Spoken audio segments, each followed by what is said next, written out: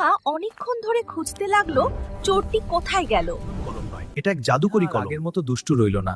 সে হয়ে উঠল গ্রামের সবার প্রিয়, বুদ্ধিমান আর দয়ালু মেয়ে।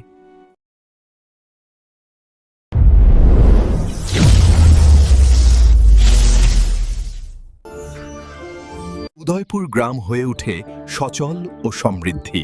তারা একটি সুন্দর জীবনযাপন করছে। নিহারের বাবা গ্রামের বাজারের পাশেই একটি ছোট পিঠা ও রসগোল্লার দোকান চালায়। নিহা প্রতিদিন তার বাড়ির পড়ার টেবিলে বসতো এবং তার জাদুর কলম দিয়ে মজার খাবারের নাম লিখত। সেই খাবারগুলো সত্যি সত্যি হাজির হয়ে যেত টেবিলে। তারপর সে সেই খাবারগুলো তার বাবার দোকানে দিয়ে আসতো। ধীরে ধীরে দোকানটি খুব জনপ্রিয় হয়ে উঠল এবং দিন দিন তাদের সংসারের অবস্থা ভালো হতে লাগলো।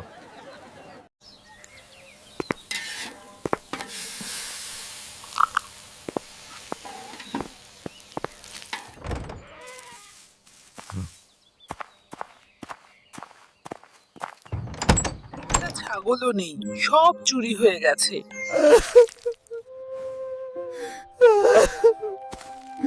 পর থেকে গ্রামের মধ্যে চুরির ঘটনা বাড়তে লাগলো। একদিন কারো ঘর থেকে দামি জিনিসপত্র চুরি হয়। হাঁস মুরগি উধাও হয়ে যায়, কখনো আবার কারো গরু চুরি হয়ে যায়। পুরো গ্রামে ভয় আর চিন্তার পরিবেশ তৈরি হলো। নিহা এই ঘটনা শুনে খুব চিন্তিত হয়ে পড়ল। সে স্কুল থেকে বের হয়ে বাড়িতে আসলো। এসে সে শুনলো তাদের পাশের ঘরে চুরি হয়েছে। এভাবে অনেক দিন কেটে যায়। কিছুদিন পর নিহাদের ঘরে একদিন চোর প্রবেশ করে। নিহা ঘুমাচ্ছিল। চোর বিভিন্ন জিনিসপত্র চুরি করার পর দেখল টেবিলের উপর একটি কলম আছে। চোর কলমটি নিয়ে চলে যায়।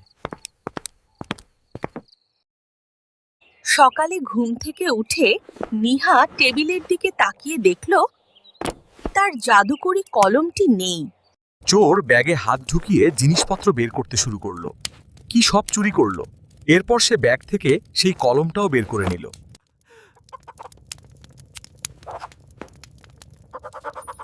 সে বুঝতে পারল যে কলমটি সাধারণ কলম না, এটি জাদুকরি কলম।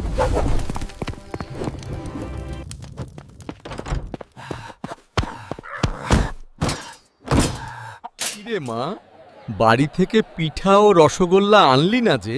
বাবা, আমার জাদুকরি কলমটি চুরি হয়ে গেছে। এখন কি করব কিছুই বুঝতে পারছি না। হায় আল্লাহ, এখন কি হবে আমাদের? সে বুঝতে পারল যে কলমটি সাধারণ কলম না, এটি জাদুকরি কলম। সে জাদুর আয়না ব্যবহার করে গ্রামের বিভিন্ন মানুষের বাড়িতে প্রবেশ করতে শুরু করে এবং চুরি করতে শুরু করে।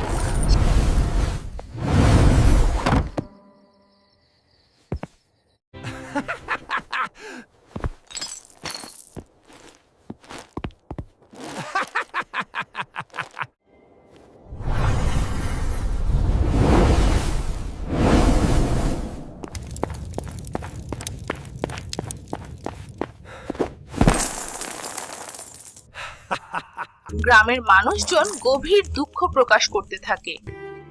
গ্রামের মানুষ কিছুতেই বুঝতে পারছিল না কিভাবে এত দ্রুত এত ঘরে চুরি হচ্ছে। এই সব ঘটনা দেখে নিহা বুঝতে পারল যে তার জাদুর কলম চুরি হওয়ার পর থেকেই গ্রামে চুরির ঘটনা বাড়ছে।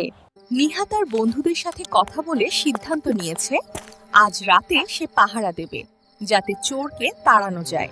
নিহা গভীর রাতে টহল দিতে শুরু করে।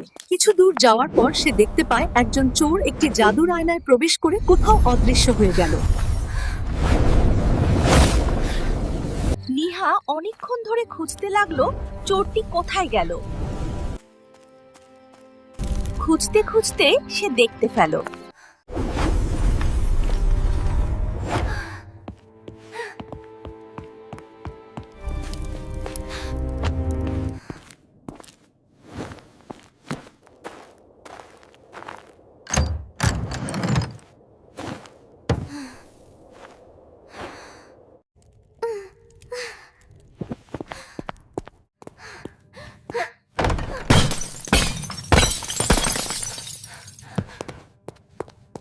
তুমি এখানে কেন আসলে?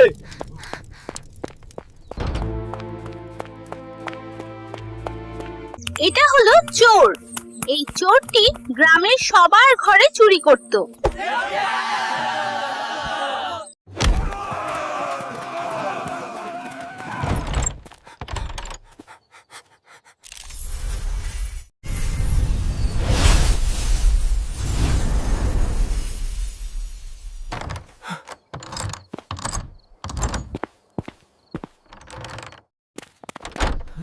চোরটি পালিয়েছে।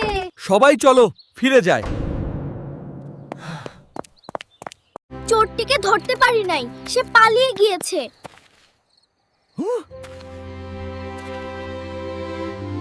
বাবা, চোরটি পালিয়েছে।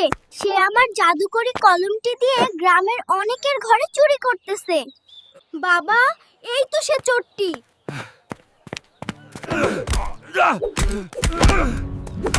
নিহা দ্রুত দৌড়ে এসে কলমটি তুলে নিল, সঙ্গে সঙ্গে সে লিখল লাঠি।